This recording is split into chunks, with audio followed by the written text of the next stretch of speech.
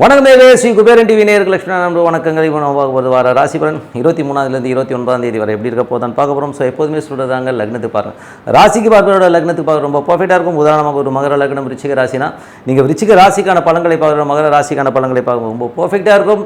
முதல்ல வரது புது பலங்கள், அதுக்கப்புறம் தசாபுக்தி பலங்கள். ஸோ உங்களுக்கு என்ன தசாபுக்தி அந்தரங்கள் வருதோ அதை மிங்கிள் பண்ணி பாருங்கள், ரொம்ப பர்ஃபெக்டாக இருக்கும். அதுக்கப்புறம் பரிகாரங்கள், உங்களுக்கு என்ன தசாபுக்தி அந்தரங்கள் இருக்கோ ஸோ அதுக்கான பரிகாரங்களை சொல்லியிருக்கோம் கோச்சார ரீதியாக. அதை வந்து நீங்கள் பண்ணி பாருங்கள், ரொம்ப சூப்பராக இருக்கும். வீடியோ நல்ல டிப் ஆஃப் த வீக்கில் வீண் விரயம் எதுக்கு, ஸோ வீட்டில் பணம் சேர என்ன செய்ய வேண்டும், ஸோ அதை பற்றி சொல்லியிருக்கோம், மறக்காமல் பாருங்கள். துலாம் ராசி. ஸோ துலாம் ராசிக்கு வந்து பார்த்திங்கன்னா உங்களுக்கு ராசி அது சுக்கிரன். அவர் வந்து பார்த்திங்கன்னா 8ஆம் அதிபதி 7 இருக்கும்போது கணவன் மனைவிக்கு தர்க்கங்கள், ஒரு டென்ஷன் ஸ்ட்ரெஸ்ஸஸ் வரதுக்கான ரொம்ப கவனமாக. வியாபாரத்துலேயும் அது பார்த்திங்கன்னா ஒரு எமோஷனாக அதீத ஆசைப்பட்டு அவங்கள மாதிரி இருக்க முடியல, இவங்கள மாதிரி இருக்க முடியலங்கிற ஒரு எமோஷன்ஸ் இருக்கும். அதெல்லாம் கொஞ்சம் அவாய்ட் பண்ணிக்கிறது ரொம்ப ரொம்ப நல்லது. அதுக்கப்புறம் பார்க்கும்போது உங்களுக்கு 2ஆம் அதிபதி. ஸோ 2ஆம் அதிபதி 11 இருக்கும்போது பெருத்த லாபங்கள் வரதுக்கான அமைப்பு ரொம்ப நல்லாயிருக்கு. சுப நிகழ்ச்சிகள் கைக்கூடி வரதுக்கான அமைப்பு ரொம்ப நல்லா இருக்குங்க. ஸோ அதுக்கப்புறம் பார்க்கும்போது ஒரு 3 மற்றும் 6ஆம் அதிபதியான குரு. ஸோ 3, 6ஆம் அதிபதியான குரு வந்து பார்த்திங்கன்னா உங்களுக்கு வந்து 8ல் இருக்கும்போது ரொம்ப ரொம்ப கவனமாக இருக்கணுங்க. ஸோ இதில் வந்து பார்த்திங்கன்னா 9ல். ஸோ 9 நிறைய பிரயாணங்கள், ஸோ வேலை விஷயங்களும் நிறைய பிரயாணம் பண்ணுறமான விஷயங்களை நிறைய கொடுக்கும். வேலையில் வந்து ஒரு டிப்ரெஷன்ஸோ கொஞ்சம் அலைச்சல் இருக்கிறதுக்கான வாய்ப்புகளை நிறைய கொடுத்துருங்க. ஸோ அதனால் கொஞ்சம் பார்த்து நடந்துக்கணும். ஏன்னா அந்த 3, 6, 9 நாள் வந்து வெளிநாடு, நிறைய பேர் வந்து வெளிநாடு போகணும், வெளிநாட்டில் வேலை பார்க்கணுன்னு நினைக்கிறோம்னா வெளிநாடு வேலை கிடைக்கிறதுக்கான ரொம்ப சிறப்பாக இருக்குது. அதுக்கப்புறம் பார்க்கும்போது உங்களது 4ஆம் அதிபதி 5ஆம் அதிபதியான சனி. ஸோ 4, 5ஆம் அதிபதியான சனி வந்து 6ல் இருக்கும்பொழுது தாயாருக்கு நல்ல வருமானம், நல்ல ஏற்றங்கள் கொடுக்கும். ஸோ அது ரொம்ப சிறப்பான விஷயங்கள். அது மட்டும் இல்லாமல் உங்களுக்கு வந்து பார்த்திங்கன்னா குழந்தைகள் விஷயங்கள் வந்து குழந்தைகளுடைய வளர்ச்சி ரொம்ப சிறப்பாக இருக்குங்க. சில நேரங்கள் வந்து தாயோட உடல்நலம் சம்மந்தமான விஷயம் கொஞ்சம் கவனமாக பார்த்துக்கிறது ரொம்ப ரொம்ப நல்லது. அதுக்கப்புறம் பார்க்கும்போது உங்களுக்கு 6ஆம் அதிபதி 9 நம்ம சொன்னோம் நிறைய பிரயாணங்கள், வெளிநாடு வெளியூர் பிரயாணம் பண்ணுறமான விஷயம், தந்தையுடைய உடல்நலம் சம்மந்தமான விஷயம் ரொம்ப கவனமாக இருக்கணும். அதுக்கப்புறம் பார்க்கும்போது உங்களுக்கு 7ஆம் அதிபதியான செவ்வாய். ஸோ 7ஆம் அதிபதியான செவ்வாய் வந்து பார்த்திங்கன்னா உங்களுக்கு வந்து 11ல் இருக்கும்போது நிறைய சுப நிகழ்ச்சிகள் நடக்கிறதுக்கான வாய்ப்பு ரொம்ப சிறப்பாக இருக்குது.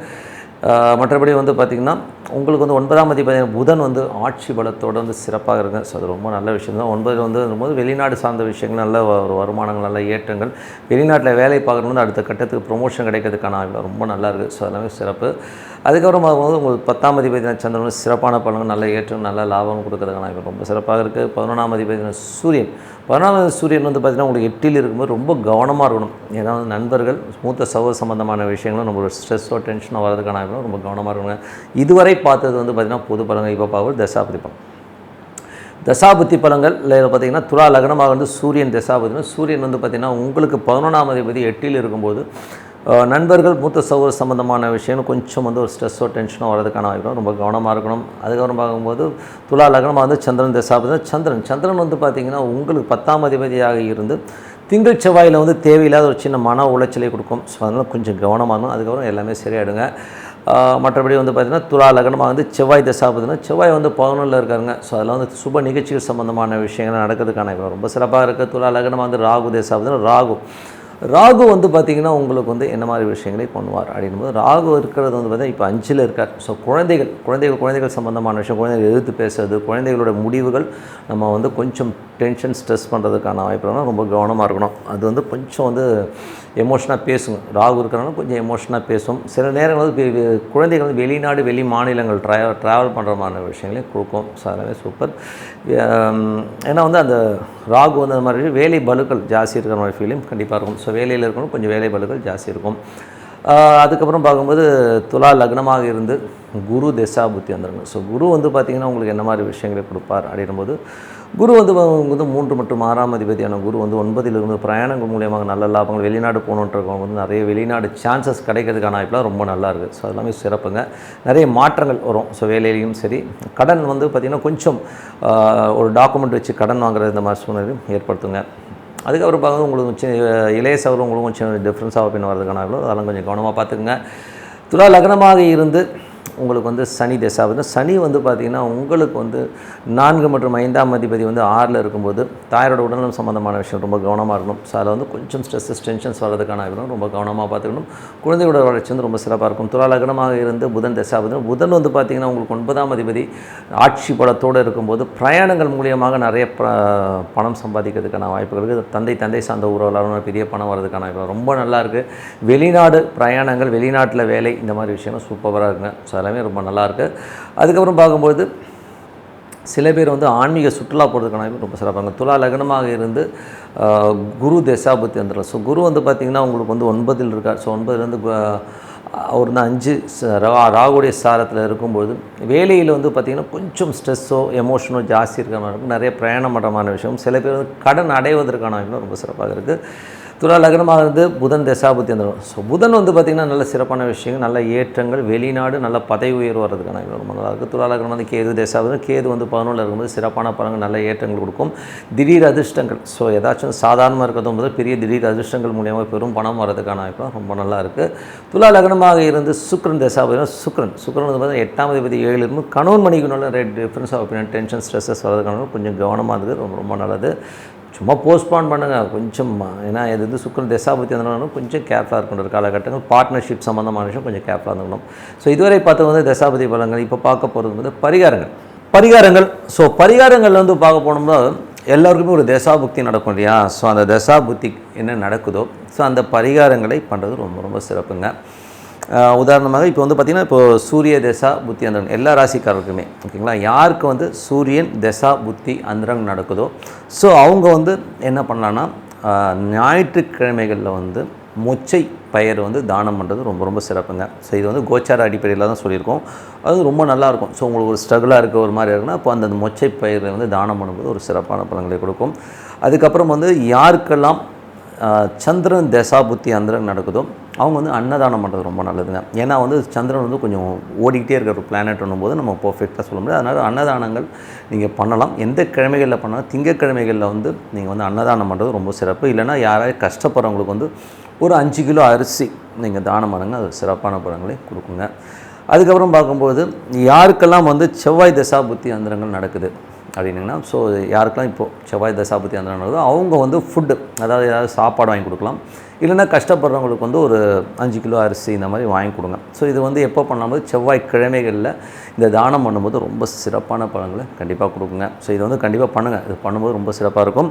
அதுக்கப்புறம் வந்து புதன் தசாபுத்தி அந்தரங்கள். ஸோ யாருக்கெல்லாம் வந்து புதன் தசாபுத்தி அந்தரங்கள் நடக்குதோ ஸோ அவங்க வந்து எள்ளு தானம். ஸோ எள்ளு தானங்கிறது யாரும் பண்ண மாட்டாங்க. எள்ளுனாவே பயப்படுவாங்கன்னு வச்சுக்கோமே. அப்போ என்ன பண்ணணும் போது நீங்கள் வந்து ஒன்று ஊனமுற்றவர், ரொம்ப வந்து ஹேண்டிகேப்ட் யாராச்சும் இருக்காங்க அப்படின்னா அவங்களுக்கு வந்து ஏதாச்சும் துணிமணிகள் எடுத்து கொடுங்க.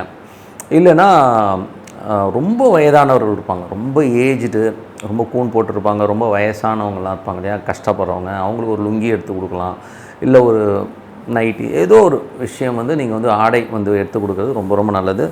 அது வந்து எப்போ எடுத்து கொடுக்கணும் போது புதன்கிழமைகளில் வந்து இந்த மாதிரி ஆடை தானம் பண்ணும்போது உங்களுக்கு இருக்கிற பிரச்சனைகள் வந்து ரொம்ப நல்ல ரிலீஃப் கிடைக்கும். ஸோ இது வந்து புதன்கிழமை பண்ணிட்டு வாங்க. அது ஒன்றும் பெரிய செலவாகுது. சின்ன ஒரு கர்ச்சீஃப் வாங்கி கொடுத்தா கூட அது ஆடை தானம் தான் ஓகேங்களா. ஸோ அது வந்து நீங்கள் பண்ணுங்கள். அதுக்கப்புறம் யாருக்கெல்லாம் வந்து பார்த்திங்கன்னா குரு தசா புத்தி அந்தரங்கள் நடக்குது ஸோ வந்து யாருக்கு எல்லா ராசிகளும் சொல்லும் குரு தசா புத்தி அந்தரம் நடக்கிறவங்களுக்கெல்லாம் பார்த்திங்கன்னா அவங்க வந்து வியாழக்கிழமைகளில் வந்து மொச்சை பயிரை வந்து தானம் பண்ணுவாங்க. யாரும் கஷ்டப்படணும் ஒரு 1/2 கிலோவோ 1/4 கிலோ வந்து ஒரு பேக்கெட் வாங்கி கொடுக்குறது ரொம்ப சிறப்பு. ஸோ அது ரொம்ப சிறப்பான பலன்களும். இல்லைனா வந்து யாருக்காச்சும் வந்து திருமணமாகாத பெண்களுக்கு வந்து உங்கள் அப்பா அம்மாவை விட்டு ஒரு துணி வந்து ஒரு ஃப்ரீயாக எடுத்து கொடுங்க. கஷ்டப்படுறவங்களுக்கு வந்து அந்த துணி வந்து எடுத்து கொடுக்க ரொம்ப நல்லது. அதுவும் வந்து வியாழக்கிழமைகளை எடுத்து கொடுக்கும் ரொம்ப சிறப்பான விஷயம். ஸோ திருமணமாகாத பெண்களுக்கு துணி எடுத்து கொடுக்கும் ரொம்ப சிறப்பான பலன்களை கொடுக்கும். யாருக்கெல்லாம் வந்து சனி தசா புத்தி அந்தரங்கள் நடக்குதோ ஸோ அவங்க வந்து என்ன பண்ணலாம் அப்படின்போது உணவு தானம். உணவு சனிக்கிழமைகள் வந்து யாருக்காச்சும் சாப்பாடு வாங்கி கொடுக்குறது ரொம்ப சிறப்பான பலன்கள் கொடுக்கும். அப்படி இல்லைன்னா நீங்கள் என்ன பண்ணுங்கன்னா சாப்பாடு இல்லைன்னா நீங்கள் யாருக்காச்சும் ஒரு 5 கிலோ அரிசி, ரொம்ப கஷ்டப்படுறவங்களும் ஒரு 5 கிலோ அரிசி வாங்கணும். ஒரு ஃபேமிலியாக வந்து ரொம்ப நாள் சாப்பிடுவாங்க இல்லையா. ஸோ அந்த மாதிரி விஷயங்கள் வந்து ரொம்ப சிறப்பு. அதுக்கப்புறம் யாருக்கெல்லாம் புதன் தசாபுத்தி அந்தரம் நடக்குதோ ஸோ புதன் தசாபுத்தி அந்தரம் நடக்கிறவங்க வந்து முதலே சொல்லிட்டோம். ஸோ சனின்னு போது ஊனமுற்றவர்களுக்கு கொடுக்குறது. அதுக்கப்புறம் பார்க்கும்போது யாருக்கெல்லாம் கேது தசாபுத்தி அந்தரம் நடக்குதோ ஸோ அவங்க வந்து என்ன பண்ணணும் அப்படின்னும் போது வந்து பச்சைப்பயிறு தானம் பண்ணுறது ரொம்ப நல்லதுங்க. ஸோ பச்சைப்பயிறு தானம் பண்ணலாம். அப்படி இல்லைன்னா சின்ன சின்ன குழந்தைகள் இருக்காங்க இல்லையா, ஃபீஸ் கட்ட முடியலன்றவங்களுக்கு வந்து ஒரு ஃபீஸ் கட்டுறது, இல்லை சின்ன குழந்தைகள் கஷ்டப்படுறவங்களுக்கு வந்து ஒரு துணிமணி எடுத்து கொடுக்குறது வந்து சிறப்பான பலன்களை கண்டிப்பாக கொடுக்குங்க. அதுக்கப்புறம் பார்க்கும்போது யாருக்கெல்லாம் வந்து சுக்கிரன் தசாபுத்தி அந்தரம் நடக்குதோ, சுக்கிரன் தசாபுத்தி அந்தரம் நடக்கிறவங்க வந்து யாருக்கா ஏழைகளுக்கு வந்து சாப்பாடு, அதை வெள்ளிக்கிழமைகளில் வந்து ஒரு சாப்பாடு வாங்கி கொடுக்குறது ரொம்ப சிறப்பான பலன்கள் இருக்கும். ஸோ அது வந்து இப்போ வந்து கேது தசாபுத்தி அந்தரம் நடக்கிறவங்க வந்து செவ்வாய்க்கிழமைகளில் வந்து அந்த தானம் பண்ணுங்கள். இது வந்து வெள்ளிக்கிழமைகளில் வந்து நீங்கள் வந்து சுக்கிர தசாபுத்தி அந்தரம் சாப்பாடு வாங்கி கொடுத்தீங்கன்னா ரொம்ப சிறப்பான பலன்கள் கொடுக்கும். அப்படி இல்லைன்னா யாருக்காச்சும் வந்து திருமணமானவர் ரொம்ப கஷ்டப்படுறவங்களுக்குலாம் வந்து ஏதாச்சும் ஆடை வாங்கி கொடுக்கணும், ரொம்ப சிறப்பான பலன்கள் கொடுக்குங்க. அதுக்கப்புறம் பார்க்கும்போது யாருக்கெல்லாம் ராகு தசாபுத்தி அந்தரம் நடக்குதோ, இது எல்லா ராசிகளும் தான். ஸோ ராகு தசாபுத்தி அந்தரம் நடக்கிறவங்க வந்து கோதுமை தானம் பண்ணுறது ரொம்ப ரொம்ப சிறப்புங்க. ஸோ யாருக்காச்சும் வந்து கஷ்டப்படணும், ஒரு ஆட்டா மாவு வாங்கி கொடுக்கலாம். இதுதான் ஆட்டா பேக்கெட் விற்கிதேன், 1/2 kg 1 kg வந்து யாருக்காச்சும் தானம். இது வந்து ஞாயிற்றுக்கிழமைகளில் பண்ணும்போது ரொம்ப சிறப்பாக இருக்குங்க. ஸோ ஞாயிற்றுக்கிழமைகளையும் பண்ணலாம், சனிக்கிழமையிலும் பண்ணலாம். பட் எனக்கு வந்து சனிக்கிழமைகள் ரொம்ப சிறப்பாக இருக்குங்க. ஸோ இது வந்து பண்ணிவிட்டு வாங்க, ரொம்ப சிறப்பான பலன்களை கண்டிப்பாக எதிர்பார்க்குங்க. ஸோ இது வந்து ரொம்ப நல்லா ஒர்க் ஆகும். ஸோ இதுவரை பார்த்தது வந்து பரிகாரங்கள். இப்போ பார்க்க வந்து tip of the week. So tip of the வீக்கில் வந்து பார்த்திங்கன்னா எப்போதுமே எல்லோருமே சொல்கிற ஒரு விஷயம் என்னென்னா, எனக்கு காசு தங்கவே மாட்டேங்குது, எங்கள் வீட்டில் வந்து காசே நிற்க மாட்டேங்குது அப்படின்னு சொல்லிட்டு நிறைய பேர் வந்து புலம்புறதை பார்த்துருப்போம். ஸோ அந்த மாதிரி அமைப்பு யாருக்கு இருக்கும் முதல்ல அதை தெரிஞ்சுப்போம். சூரியன் கேது தொடர்பு இருக்கும், அதே மாதிரி சந்திரன் கேது, அதாவது சூரியன் நின்ற நட்சத்திரம் கேதுவாக இருக்கலாம், ராகுவாக இருக்கலாம். சந்திரன் நின்ற நட்சத்திரம் கேதுவாக இருக்கலாம், ராகு, இல்லை ரெண்டுமே சந்திரன் ராகு கேது, இல்லை சூரியன் ராகு கேது, இந்த மாதிரி ஒரு தொடர்பில் இருக்கிறவர்களுடைய ஜாதகங்களில் வந்து டெய்லி சம்பாதிக்கிறத அன்றைக்கே விட்டுருவாங்க, சும்மா டப்பன்னு போய்கிட்டே இருக்கும். ஸோ இது வந்து நம்ம வந்து மாற்றவே முடியாது. ஸோ அந்த மாதிரி ஒரு காலகட்டம் நிறைய ஜாதகங்கள் இருக்கும். ஸோ அவங்களால வந்து சேமிப்புங்கிறது நீங்கள் சம்பாதிச்சேன் சார் நீங்கள் இப்போ டப்பன்னு போயிட்டே இருக்குன்றதை வந்து பார்க்க முடியும்.